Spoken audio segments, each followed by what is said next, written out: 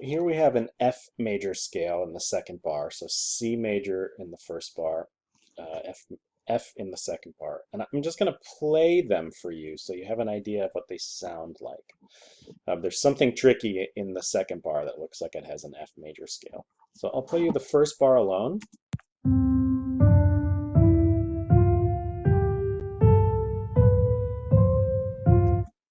Oops. One more time.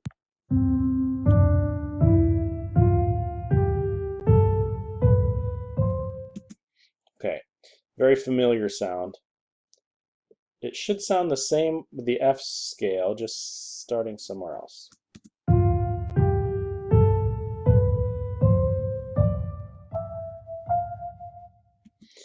It's pretty close. Pretty close.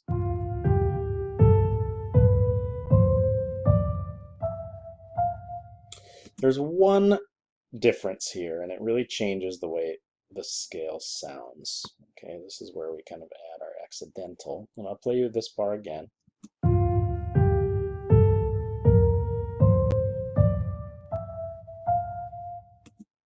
Still so amazing to me that one note can change the entire context of a piece.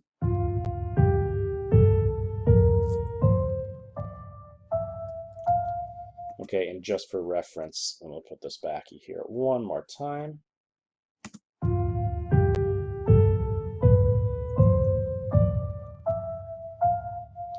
Okay, so I had added an accidental here to the fourth note. I added a flat, so I've made the B a B flat.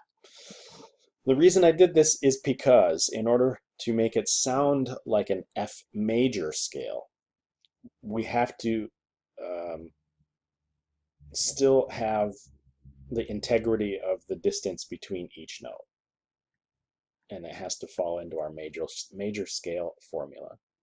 So if we do this and we add our major scale formula,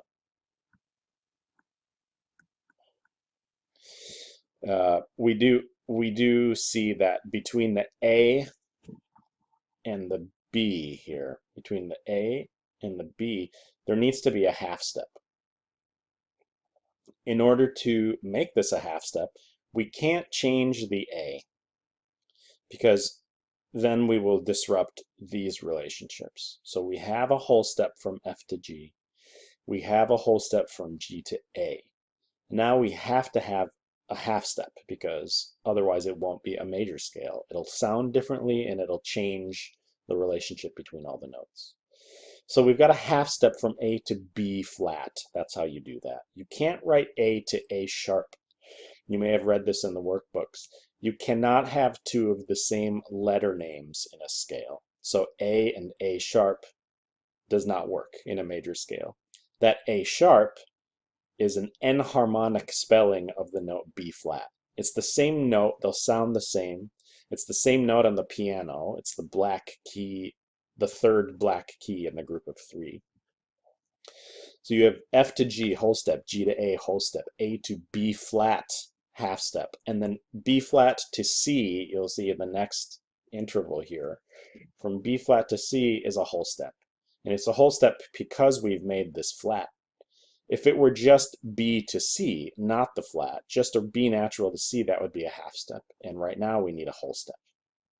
So this has been corrected because we made this a half step. So this opens up to a whole step. C to D, a whole step. D to E, a whole step. And then we see E to F is the final half step. And so that worked with the formula. We kind of did it backwards. I gave you the key signature, the accidental first.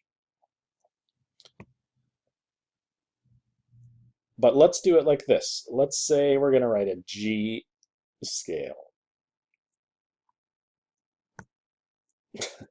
Okay, so we have a G. We're going to write this. We already know that they have to be in alphabetical order, and they can't skip a line or a space. So I'm going to write notes from G to G.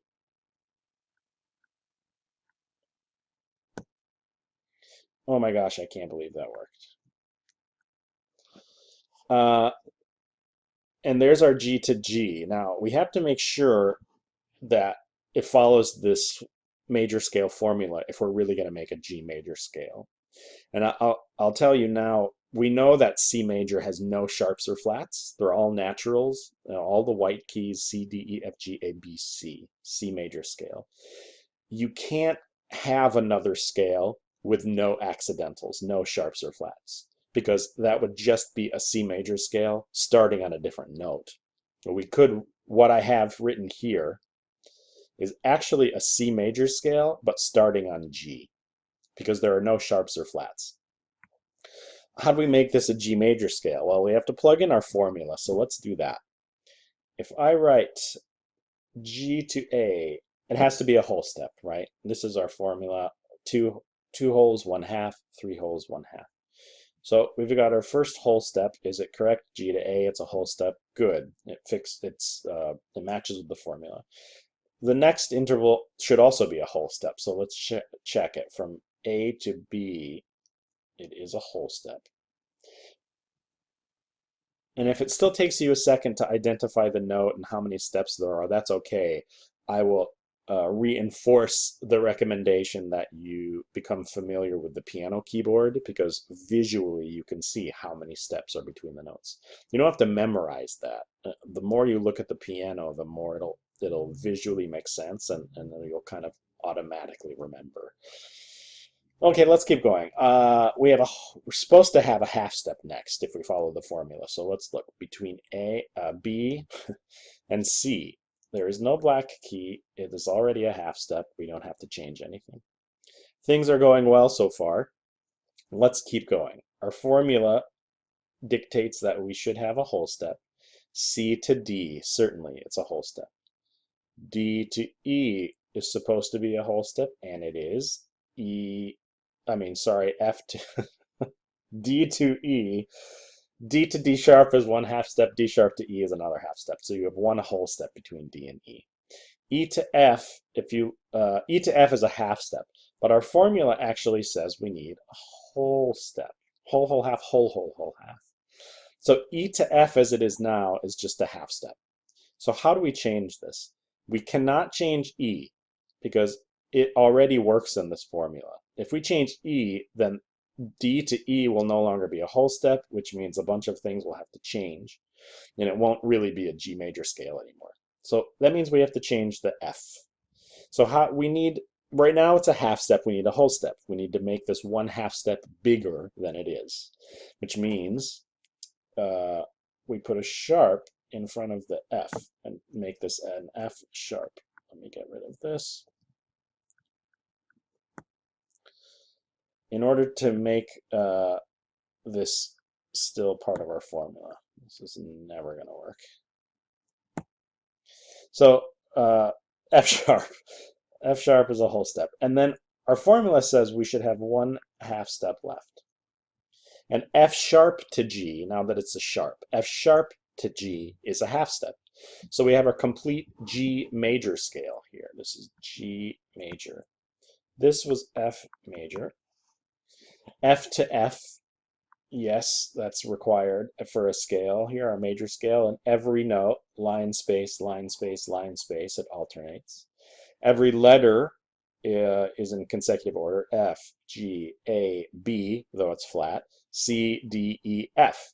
So no letters repeat except from the first to the octave above.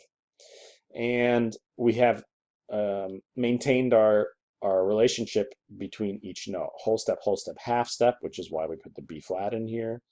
Whole step, half step, again, E to F. So we've done exactly the same thing here. Now I'm going to try and play this for you again, which means I have to get rid of a few things here.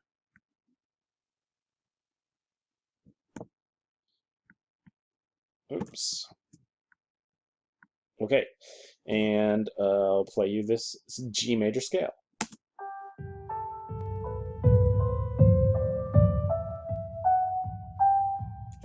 I could play it again without the F sharp, so it's just an F natural, and we'll see how that sounds.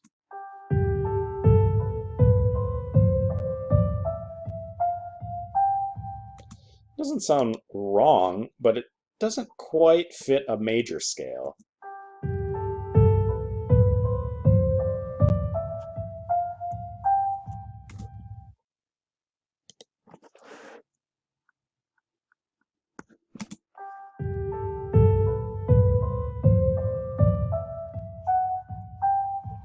There it is.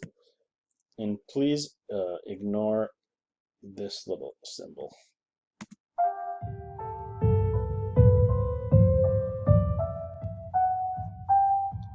That's G major.